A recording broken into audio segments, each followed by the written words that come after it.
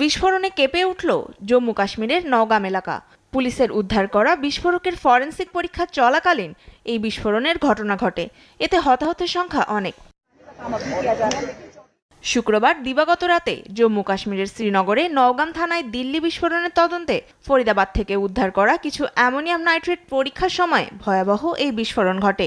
এ সময় ঘটনাস্থলে মারা যান অনেকে।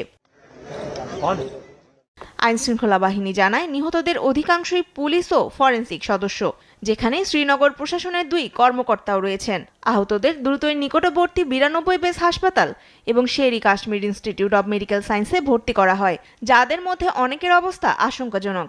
এতে মৃতের সংখ্যা আরও বাড়ার আশঙ্কা করছে হাসপাতাল কর্তৃপক্ষ।